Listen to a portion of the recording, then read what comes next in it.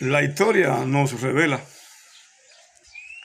que uno de los fracasos o causa de los fracasos de lo que conocemos por la iglesia del primer siglo fue la culturalización de la cultura griega, cómo invadió a la cultura judía y cómo la religión judía, la religión hebrea fue perdiendo valores bíblicos en toda la faceta de las escrituras y lo fue cambiando por principios helenísticos, por principios griegos que representan los principios del sistema. Y me parece que la misma historia se está repitiendo hoy. Todos conocemos el plan macabro de la Agenda 2030, promovida por las Naciones Unidas, promovida por muchas de estas instituciones y respaldada por muchas naciones con tendencia al sistema político que usted conoce. Y me llama la atención cómo se ha ido desvalorando el mensaje bíblico, cómo se ha ido desvalorando la palabra.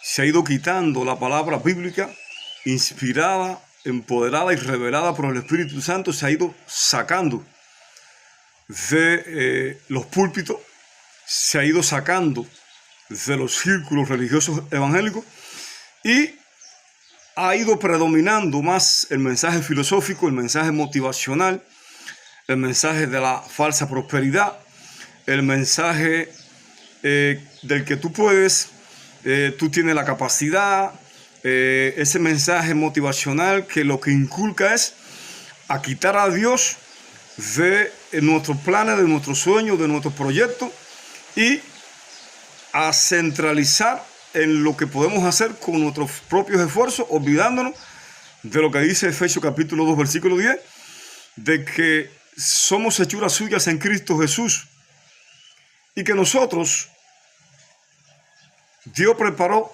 de antemano esas buenas obras por las que nosotros tenemos que andar. En otras palabras, de mí no brota nada bueno.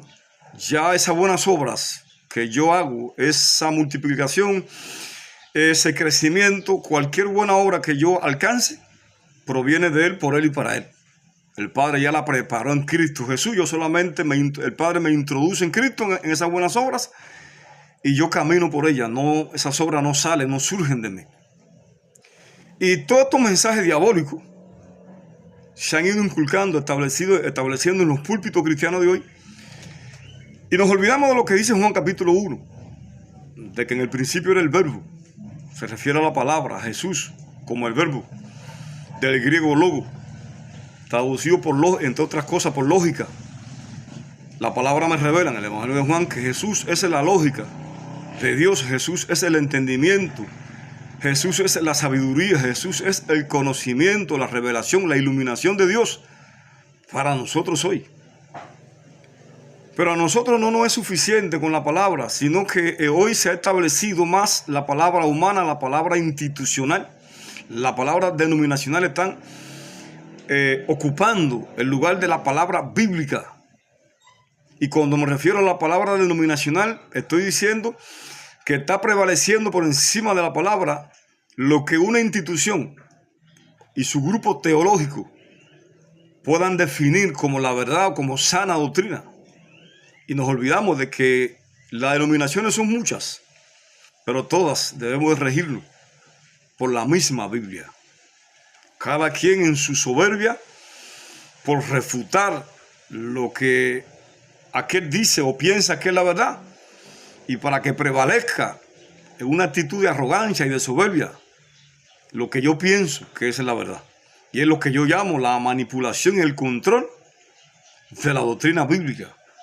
¿Cómo la desarrollamos? A nuestra conveniencia personal. Se nos olvida que la palabra de Dios de Génesis y Apocalipsis debe de prevalecer en la vida y función de la iglesia, del cuerpo, de la novia. Se nos olvida que todo esto que estamos viendo en el mundo físico fue traído, creado del mundo invisible por la palabra empoderada por el Espíritu de Dios. Se nos olvida que en el comienzo de Génesis, creó Dios los cielos y la tierra, y el Espíritu de Jehová se movía sobre la faz de las aguas. Y Dios dijo, ahí está la palabra y el Espíritu Santo creando y produciendo vida, transformación, cambio.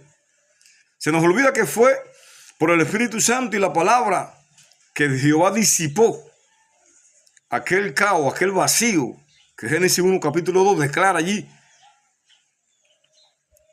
Se nos olvida que Mateo capítulo 8 dice que Jesús, por el poder de la palabra, echaba fuera demonios y sanaba los enfermos. Es triste cómo hoy está predominando en los púlpitos evangélicos la palabra de los hombres, la palabra de las instituciones. Y sin darnos cuenta, muchos y otros de una manera intencional, hemos ido desbancando el mensaje bíblico. Ese mensaje bíblico que los profetas predicaron y que pocas personas quisieron escuchar y pocas personas quisieron obedecer. Porque hoy se está transmitiendo de los púlpitos un mensaje motivacional, adulador. Un mensaje motivacional que se quiere como que alinear con lo que la gente piensa. Y así no hago molestar a la gente, y así la gente no se van de la congregación. Y le estamos haciendo el juego a Satanás y no nos damos cuenta que hemos dejado de ser ministros del evangelio bíblico y nos hemos convertido en ministros de Satanás, y sin darnos cuenta estamos enviando a muchas personas directico al infierno, porque lo que la Biblia dice confirma, afirma y requete afirma, y así será hasta el final, hasta la venida de Cristo, que transforma al pecador, que echa fuera el reino de Satanás, que convence de pecado, de justicia y de juicio. Es el Espíritu Santo y la palabra de Dios. No es la palabra de una institución o de un hombre. No es el mensaje filosófico, motivacional de la prosperidad, ya que la ruina o la causa de la miseria del hombre tiene que ver con la condición de su alma. Y hasta que el alma del hombre no sea restaurada, no puede experimentar la riqueza de Dios o del cielo. Sutilmente hemos decidido hacer el juego al enemigo. Dios nos ayude y nos llame a una recapitulación, nos llame a un pararnos, a un detenernos en esta locura, en este afán de buscar agradar a los hombres, de alcanzar el éxito, la fama. Y entendamos que como los profetas de antaño, así será ahora. El rey acá tenía 400 profetas y 400 profetas de Baal. Pero allá, de esos 800 profetas, todos eran falsos profetas, porque no eran fieles a la palabra, no eran fieles al mensaje de Jehová. El profeta que estaba en la prisión era el único que era fiel. Jeremías no tuvo un ministerio exitoso. Nadie lo quiso escuchar porque su palabra denunciaba el pecado, confrontaba el sistema político, confrontaba el sistema sacerdotal, denunciaba la corrupción tanto del sistema político como del sistema eclesiástico. Jeremías murió apedreado en Egipto. Isaías murió aserrado.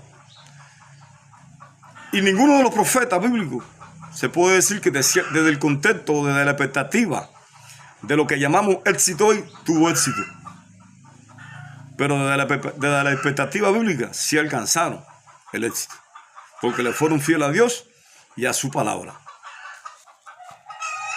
Dios nos ayude y entendamos de que todo lo que estamos pastoreando, Dios nos ha puesto en nuestras manos a personas que estaban o quizás siguen atalejadas de Dios, porque hay algo que es peligroso. Y dice la Biblia en Mateo 23:15 que los fariseos encontraban un prosélito, un discípulo. Y eso, ojalá y tú tomes este pasaje y lo escudriñes. Y dice Jesús que lo hacían más hijos del infierno que al principio. Y me temo que así están las iglesias evangélicas de hoy. Porque en el discipulado no está predominando la palabra bíblica. En el discipulado no está predominando la palabra bíblica. En el evangelismo no está predominando la palabra bíblica, el mensaje de arrepentido, porque el reino de los cielos se ha llegado a vosotros. Tanto en el discipulado como en el evangelismo está predominando un mensaje adulador, un mensaje pasivo, un mensaje que se quiere congraciar y se nos olvida de que tú y yo, nuestro llamado es a predicar las buenas nuevas. Y el que convence de pecado, de justicia y de juicio es el Espíritu de Dios.